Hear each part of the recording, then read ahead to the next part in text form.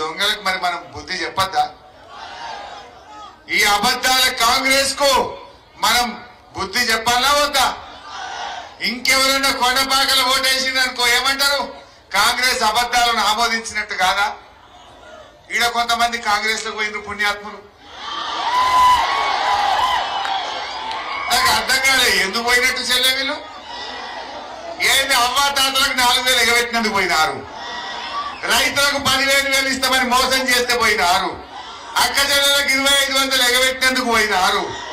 ఎందుకు పోయినట్టు కాంగ్రెస్ లకు ఆలోచన చేయండి. అటువంటి వాళ్ళు ఇవాళ నిన్నటి దాకా ఇందే ఉన్నారు, ఒక్కడే రాత్రి చెప్పుకొట్టిరు.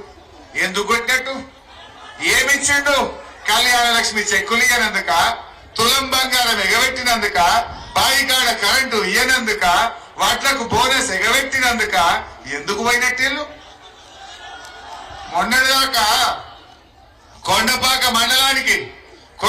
మండలానికి కేసీఆర్ ఉండగా 5 ఏళ్లు తపాసు పనులకేని నీళ్లు తెచ్చి మీ చెరువులు నింపినాం, కొండపాక నింపినాం, మర్పడగ చెరువు నింపినాం, మొత్తం చెరువులు నింపినాం. ఇడ కాంగ్రెస్ వచ్చినాక 5 నెలల చెరువు నిండుతుందా?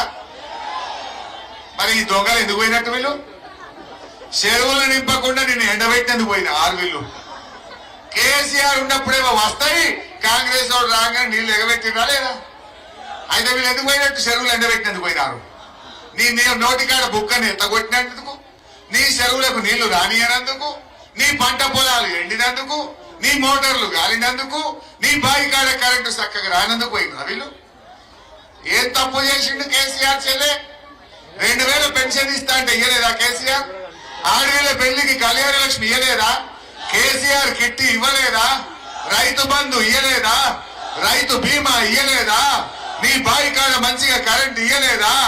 ఇంటింటికి నల్లబెట్టి మంచినీళ్లు ఇయ్యలేదా? ఇలా కేసీఆర్ చెప్పిన పని చేయలేదా చెల్లె?